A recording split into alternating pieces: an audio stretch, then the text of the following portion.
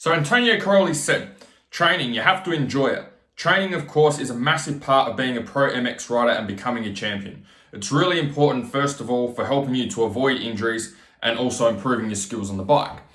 Which is actually an interesting quote because I read Valentino Rossi's autobiography, and he said exactly the same thing in terms of enjoyment. He was always trying to impress the fans, but most importantly, he was always trying to have fun and enjoying the process. And he said that's why he rode for as long as he did. So it's interesting that they both come from Italy and they both have those same thoughts on riding and racing, and they both had very lengthy and successful careers as well, where they've been at the top of the sport for a long period of time. For those of you that are new to the channel, my name is Andrew Hammer. Struggled with riding and racing fitness for about 14 years of racing, and I don't want you to be one of those riders. So I guess to break into this a little bit more, there's 3 ways I feel to be able to enjoy your riding more and be able to get more out of your riding. Now, for a lot of you, you probably don't get to that point with your riding where you don't enjoy it anymore because you don't get to do it enough. Whereas these guys are riding and racing all the time. But then, nevertheless, I'm going to go through these 3 areas. The first area for enjoyment is progress. And I think that goes for any area of life, is anytime you're making progress and you're moving forward, you enjoy what you're doing. It's when you get stuck and you feel like you're hitting a brick wall and you're not going anywhere and you're putting in all of the effort and you're not moving forward, that's when you start to get frustrated or disappointed or disheartened, and the enjoyment gets sucked out of it. So I think these next 2 points really build on that. Progress is where the enjoyment comes from. So if you're struggling with enjoying your riding, or you're finding that you've been riding for a bit and you're not enjoying it as much as you were before, it's probably because you're not progressing at the rate that you would like to, or maybe you're not progressing at all, or maybe even worse, you're going backwards, and that's what's sucking the enjoyment out of it for you. Second area is exactly what Antonio said in that quote there in that interview, is avoiding injuries. And I guess this goes hand in hand. Like, if you can avoid injuries, means you can ride more. If you can ride more, then you're making more progress. If you're always getting hurt, or you're always, hurting your ankle, or you're always breaking bones, or you're always ending up in hospital, always having to have time off the bike, then it's like you enjoy it and you move forward, and then again you regress and go backwards when you have time off. You might have time off from fitness, time off from riding, your skills go backwards, and then you're going to try and get that motivation again to be able to go forward, just to get back to where you were before. And so that can suck a lot of the fun and enjoyment out of riding and racing as well. So how do you tackle that, or how do you avoid injuries?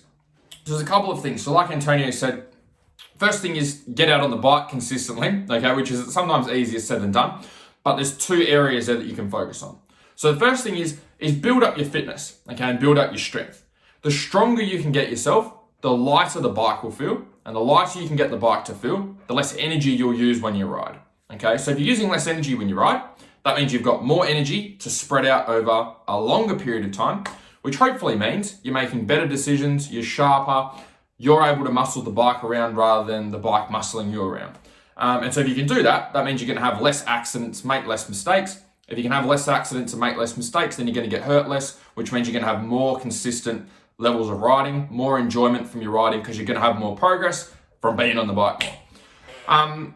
The other thing with strength as well is strength also helps to give your body and your bones a lot more support. Okay, so instead of just having bones and falling over and bones taking impact, if you've got a bit of muscle there, that muscle is actually giving you a protective layer around your whole body.